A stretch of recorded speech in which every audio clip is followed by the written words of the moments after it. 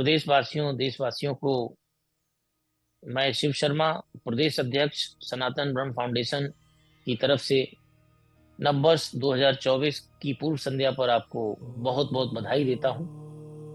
साथ ही साथ मैं उस परमपिता परमेश्वर से यह निवेदन करता हूं, ये प्रार्थना करता हूं कि आपके सभी सपने पूरे हों, आप नित नई ऊंचाइयों को छुएं और अपने परिवार, अपने समाज, अपने देश का नाम रोशन करें। साथ ही साथ मैं आपको आज इस पर्व पर अपने फाउंडेशन के बारे में कुछ बताना चाहूंगा। सनातन ब्रह्म फाउंडेशन जो संस्था है, ये 2004 में गठित हुई थी और इस संस्था का जो मूल उद्देश्य है वो बेसिकली जो अल्प आय वर्ग है, जो निम्न आय वर्ग है, जो मेन स्ट्रीम से कटे हुए लोग हैं, जो शोषित हैं, वंचित हैं, उनके लिए जो वेलफेयर स्कीम्स हमारे सरकार की समय समय पर चलती रहती हैं, उन सभी स्कीम्स को अक्षरशः उन लोगों तक पहुंचाना जिससे वो हमारे मुख्य धारा से जुड़े और मुख्य धारा से जुड़कर उनका भी सर्वांगीण विकास हो।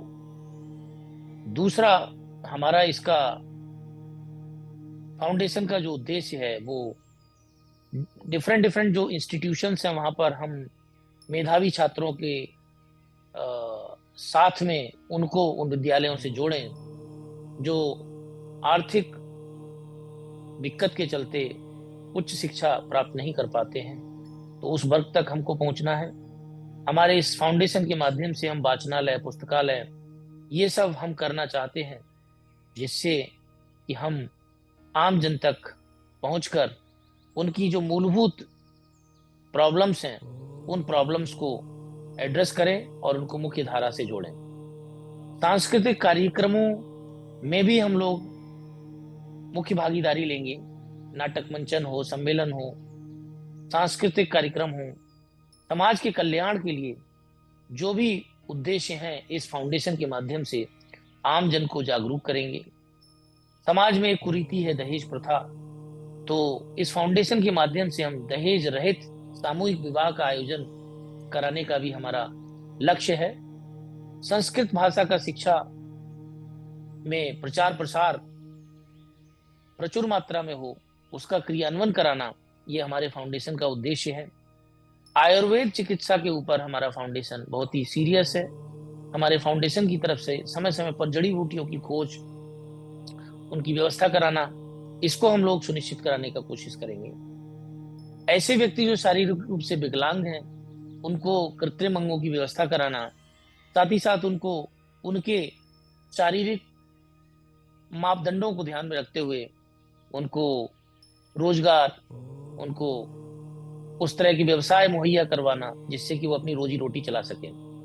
साथ ही साथ प्रमुख नदियों की स्वच्छता, अक्षुण्णता को रखना, ये हमारे फाउंडेशन का दायित्व होगा।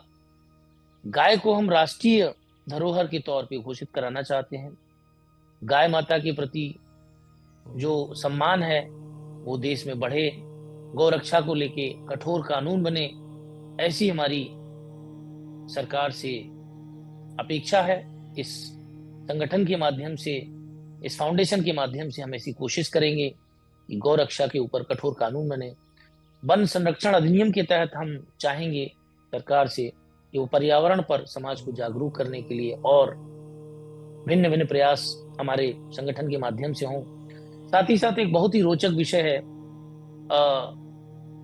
श्रीमद् भागवत गीता। इसको हम राष्ट्रीय ग्रंथ के तौर पर सरकार से घोषित कराने के लिए आंदोलन करेंगे, सरकार तक अपनी आवाज पहुंचाएंगे, क्योंकि श्रीमद् भागवत गीता जो है वो भगवान कृष्ण के मुख से निकली हुई एक ऐसा ग्रंथ है, वो साक्षात कृष्ण भगवान के मुंह से निकला हुआ ग्रंथ है। उसका एक एक श्लोक, एक एक श्लोक का अर्थ मानव जीवन के कल्याण के लिए है। कर्म योगी बनाता है गीता। गीता का मूल उद्देश्य कर्म योग, सांख्य योग, न्याय योग, इन सभी सिद्धांतों पर चलकर मानव ऊंचाइयों को छुए, ऐसा गीता का सार है। तो ऐसे पवित्र ग्रंथ को हम राष्ट्रीय ग्रंथ के तौर पर भारत सरकार से घोषित कराने के लिए अपने फाउंडेशन की तरफ से कोशिश करेंगे। साथ ही साथ राज्य सरकार से जो संस्कृत के विद्वान हैं उनके लिए अंतर्राष्ट्रीय पुरस्कार की मांग रखेंगे, उनको अंतर्राष्ट्रीय पुरस्कार मिले। अल्पसंख्यक आयोग, पिछड़ा आयोग, दलित आयोग के सम्मान इक्विवेलेंट हम ब्रह्म समाज आयोग का गठन कराना चाहते हैं। जैसे अल्पसंख्यक आयोग है, पिछड़ा आयोग है, दलित आयोग है, इसी तरह से ब्रह्म समाज की स्थिति भी बहुत दयनीय है। तो क्यों ना सरकार का ध्यान ब्रह्म समाज आयोग की तरफ इंगित किया जाए, इंगित कराया जाए, जिससे कि हमारा जो आचार्य वर्ग है, पुरोहित वर्ग है, जो सनातन धर्म को एक नई दिशा और नई दशा प्रदान करने में बहुत ही अपना बहुमूल्य योगदान देने के लिए सदैव सदैव तत्पर रहता है, तो ऐसे पूजनीय ग्रुप को हम लोग एक बोर्ड के माध्यम से उनके कल्याणकारी योजनाओं को सरकार से लागू कराने के लिए हर संभव प्रयास करेंगे। साथ ही साथ हम हर प्रदेश में ब्रह्म भवन के निर्माण की पुरजोर वकालत करेंगे, जहां 16 संस्कारों की विधिवत जानकारी से लेकर हमारे धर्म की पूर्ण जानकारी एक स्थान पर उपलब्ध हो। कोई भी हिंदू धर्म से, सनातन धर्म से रिलेटेड व्यक्ति उस ब्रह्म भवन में जाए और हमारे सनातन धर्म से जुड़ी हुई सारी विधियां, सारी रोचक कहानियां उस ब्रह्म भवन के पाठ हों, ऐसी हमारी सरकार से मांग है। पुरोहित कल्याण परिषद बनवाना, पुरोहित समाज की वार्षिक पेंशन की व्यवस्था करवाना, साथ ही साथ जो ग्रामीण परिवेश में या शहरी परिवेश में जो गरीब घर की कन्याएं हैं उनके विवाह के लिए कम से कम 51,000 रुपए की प्रति कन्या विवाह में अनुदान सरकार से दिलाना, ये हमारा फाउंडेशन इस पर काम करेगा। साथ ही साथ धार्मिक स्थलों का लेखा जोखा रख रखाव सरकारी नियंत्रण में रहे, ये सब ब्रह्म आयोग की निगरानी में हो। ब्रह्म आयोग एक ऐसा आयोग बने जो सनातन से जुड़ी सभी गतिविधियों पर नजर रखे, सनातन से जुड़े लोगों को ब्रांड एम्बेसडर के तौर पे उनके साथ मिलजुल के काम करे, ऐसी हमारी सरकार से अपेक्षा होगी। साथ ही साथ हम आज नया साल 2024 मना जरूर रहे हैं, लेकिन हमारा नया साल नव संवत्सर अक्षय तृतीया को सार्वजनिक आयोजन द्वारा सरकार द्वारा कराया जाए। अक्षय तृतीया की छुट्टी हो, सार्वजनिक अवकाश हो, समाज कल्याणकार की सरकारी योजनाओं के प्रचार प्रसार हेतु जन जागरण अभियान चलाना, सरकारी योजनाओं का लाभ शोषित एवं वंचित जरूरतमंद व्यक्तियों तक पहुंचाना, ये हमारे फाउंडेशन की मुख्य धारा का पाठ होगा। राष्ट्रीय समस्याओं के संबंध में जन प्रबोधन हेतु गोष्ठियां आयोजन करना, भ्रष्टाचार रोकने हेतु जन जागरण अभियान चलाना, ये हमारे फाउंडेशन के बहुत बड़े मूलभूत सिद्धांतों के तौर पे आगे चल के हम सबके लिए काम आएंगे। साथ ही साथ हमारा फाउंडेशन गौ, गंगा, गीता एवं गायत्री के संरक्षण संवर्धन हेतु प्रयास करना, गौ माता का संरक्षण, गंगा का संरक्षण, गीता जब राष्ट्रीय ग्रंथ हो जाएगा तो इसका संरक्षण, इसका संवर्धन हेतु बहुत अच्छे ढंग से हमारा फाउंडेशन इन सब चीजों की ओर प्रयास कर रहा है।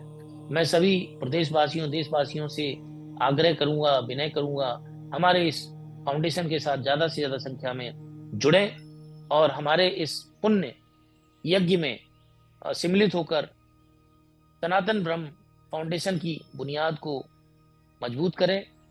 मेरी तरफ से एक बार फिर समस्त प्रदेश एवं देशवासियों को बहुत बहुत बधाई, हार्दिक शुभकामनाएं, धन्यवाद।